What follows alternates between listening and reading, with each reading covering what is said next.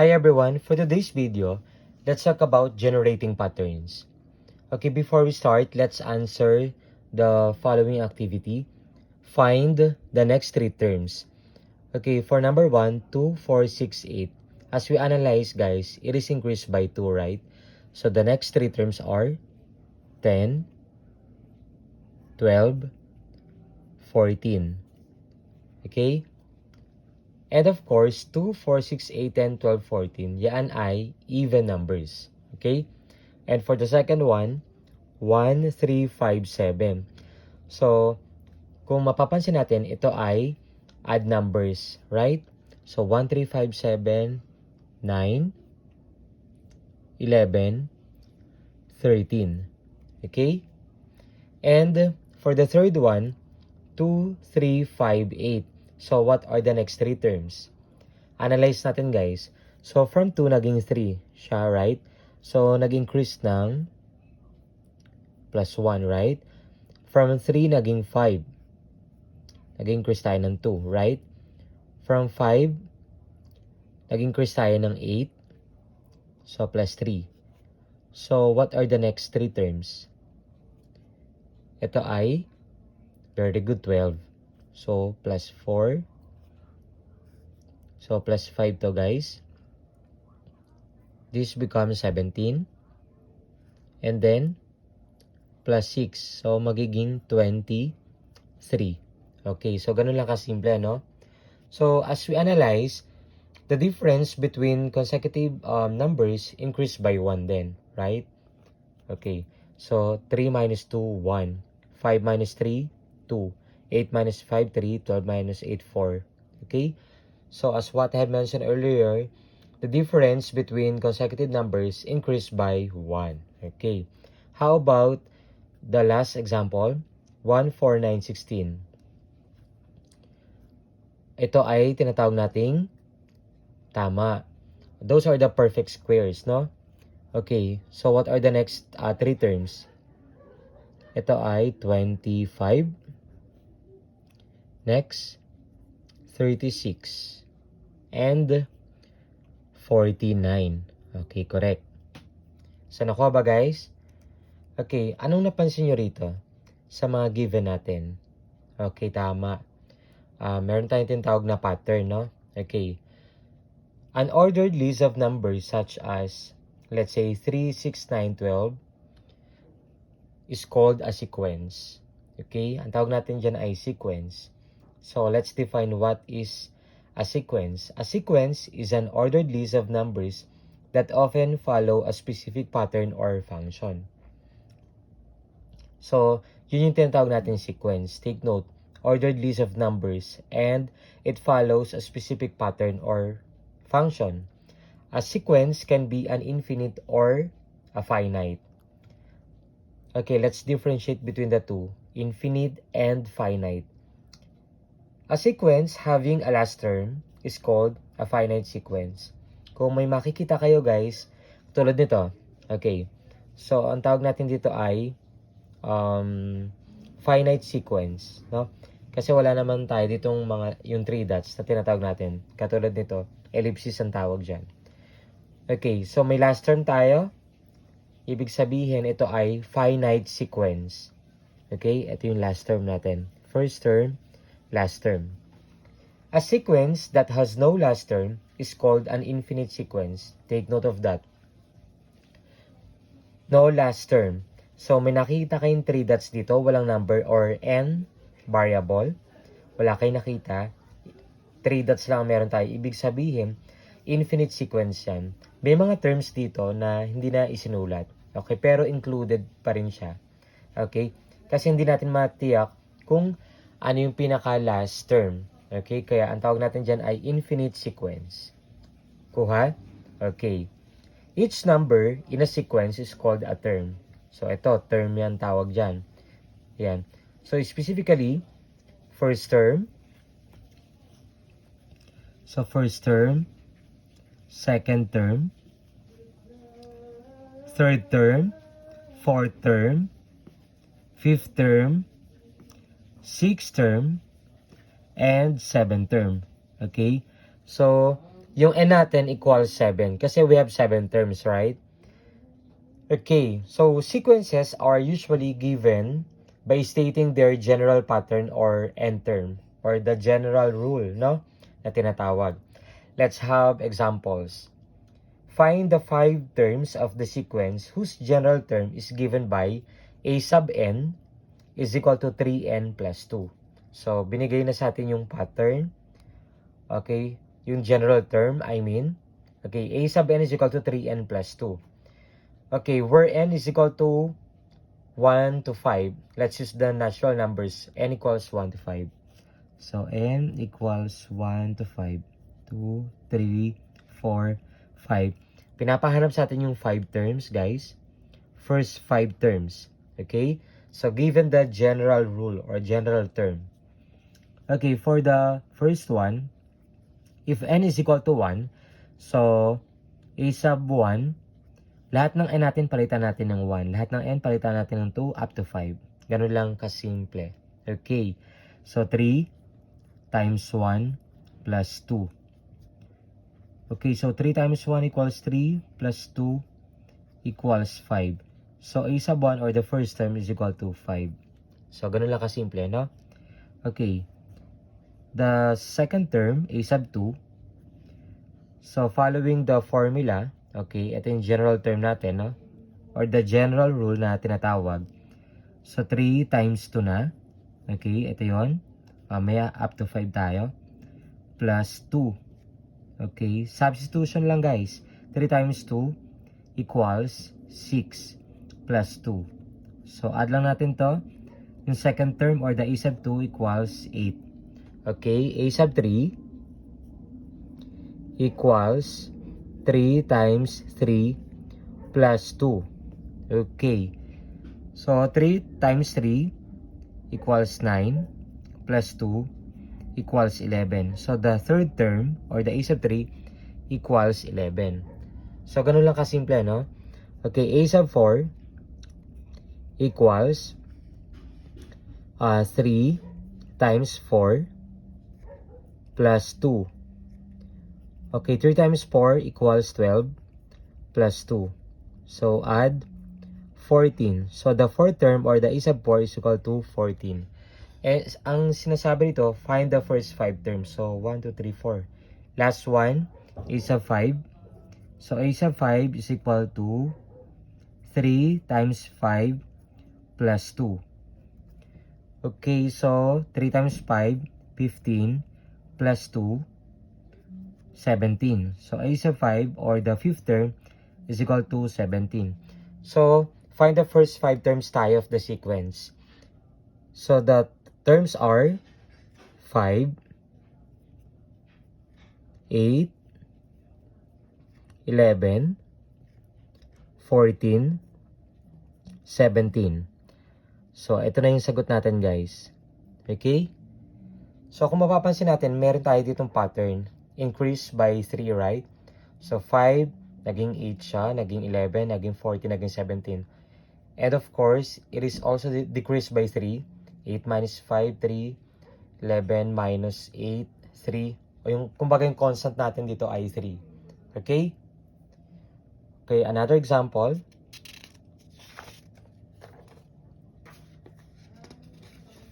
See, for example, okay, number 2.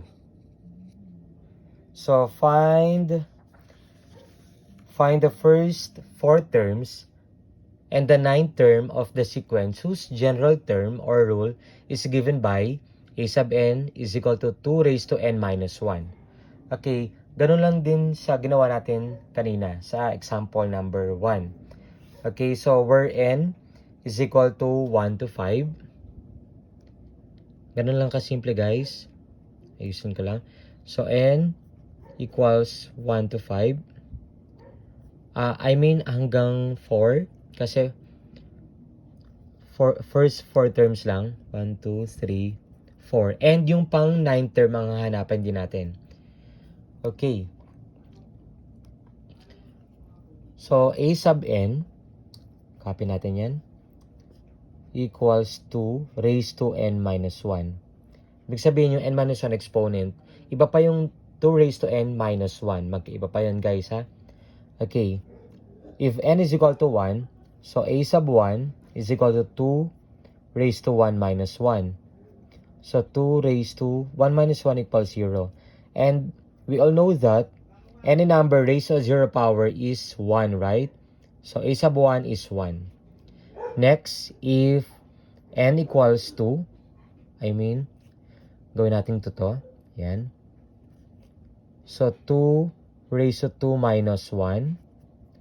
2 minus 1 is 1. Or the a sub 2, 2 raised to 1 equals 2. Right? So that's the answer. Okay, for the third one, a sub 3 equals 2 raised to 3 minus 1. Simplify 3 minus 1 becomes 2, right? So simplify, 2 times 2 equals 4. So the third term is equal to 4. So find the first 4 terms. Isa pa. So a sub 4 equals 2 raised to 4 minus 1. Okay, so 4 minus 1 becomes 3. Simplify or evaluate 2 cube. That is equal to 8, right? So a sub 4 equals 8. So ganun lang kasimple. And pinapahanap yung pang 9 term din. Okay? So, since 9 term yon, so a sub 9 equals 2 raised to 9 minus 1. So 2 raised to 8. 9 minus 1 becomes 8. What is 2 raised to 8? Okay, using our cycle, 2 raised to 8 is equal to 256. Okay, that is the 9th term. So, sabi dito, find the first 4 terms. So, ibig sabihin, ito yun guys. So, 1, 2, 4, 8, dot, dot, dot. And then yung pang 9th term ay, yung pang 9th term natin dito ay tinatawag nating 256. So, that's the answer. Okay, nakuha ba? Okay, for the last one, write the general term of the sequence 7, 12, 17, 22, 27. Okay, meron ba kayo napansin dito guys? Sa given natin? Okay, correct. So, we notice that each term is increased by 5. So, we can search the pattern using a tabular form, no? Okay, so, sulat natin dito. Meron tayong tinatawag na term. Okay. Ano yung mga term natin? Of course, ilang terms ang meron tayo? 1, 2, 3, 4, 5, no? So, 1, 2, 3, 4, 5. Okay. And then, yung given natin, of course, may given tayo dyan. Ito yung given natin, guys. So, 7, 12, 17, 22, 27. And to search for the pattern, of course, meron tayong pattern dito. Okay, so, ito ay, of course, 7, no? First term natin 7. And then, kung mapapansin natin, guys, sabi natin kanina, it is increased by 5, right? So, 7, since yun yung first term natin, no? 7 plus 5, increased by 5, right? And then, for the third one, 7 plus 5 plus 5. Okay? Para mag-come up tayo dito sa 17. For the fourth one, we have 7 plus 5 plus 5 plus 5. Tama? 5, 5, 5, 15 plus 7, 22. Okay, 22. Okay, sa last one, we have 7 plus 5 plus 5 plus 5 plus 5. Of course, So, 20 plus 7, 27. Okay, correct. So, since we have 3 dots here, ellipses, no? So, let's write. So, n. Hindi natin ma-determine kung ano yon. Okay, yung pinaka-last term. So, given natin yan ay, so that, those are a sub n. Okay? And then, yung pattern natin dito, so magiging 7 plus 5 plus 5 plus 5 plus 5 dot dot dot. So, plus 5. Okay? So, dito guys, paano natin makuha yung 7? 7 plus, increase by 5, right? Okay. So, 7 plus 5, 12. So, paano naman ito yung 7? So, times 0 yan. Okay. 5 times 0, 0. Plus 7, 7 pa rin naman, right? Okay. For the second one, 7 plus 5 times 1. Okay. 5 times 1 is 5 plus 7 is 12. Check. Okay. For the third one, 7 plus 5 times 2. 5 times 2 is 10 plus 7, 17. Tama. Third one, for the fourth one, so 1, 2, 3, 4. So 7 plus 5 times 3. Okay, so 5 times 3 is 15 plus 7, 22. And then, 7 plus 5 times 4. 5 times 4 is 20 plus 7 is 27. Baka magtaka kayo kung saan natin nakuha to, guys. Yan yung difference or the common difference of this sequence. Or, it is increased by 5, right? So, ang goal natin dito, guys, ay naghahanap tayo ng pattern. We are searching for pattern. Or the general term, no? Yan. Yung formula yung hinahanap natin dito, guys. Okay, so, ito ay 7 plus 5. So, n minus 1 yung formula natin. Yan, so n minus 1. Okay, so, gawa tayo ng formula. So, a sub n equals 7 plus 5 times the quantity of n minus 1. Okay, let's simplify. 7 plus 5 times n is 5n. 5 times negative 1 is negative 5. By combining like terms, so we come up with 5n. 7 plus negative 5, that is positive 2, right?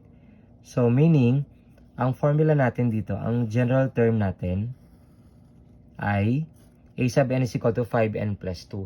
Let's check kung tama ito, guys. No? Okay, dapat mapalabas natin to. Okay, using this formula. Sample tayo. Okay, so, if n is equal to 1, sige, a sub n equals 5n plus 2. Okay, a sub 1 equals 5 times 1 plus 2. 5 times 1 is 5 plus 2. So, a sub 1 equals 7. Check. Okay. Okay. Another. Okay. If n is equal to 2. Okay. Substitution tayo, guys. A sub 2 equals 5 times 2 plus 2. Okay, for the a sub 2, 5 times 2 is 10 plus 2. Okay, the second term will be 12. Okay, check. Okay? So, tama siya, guys, no?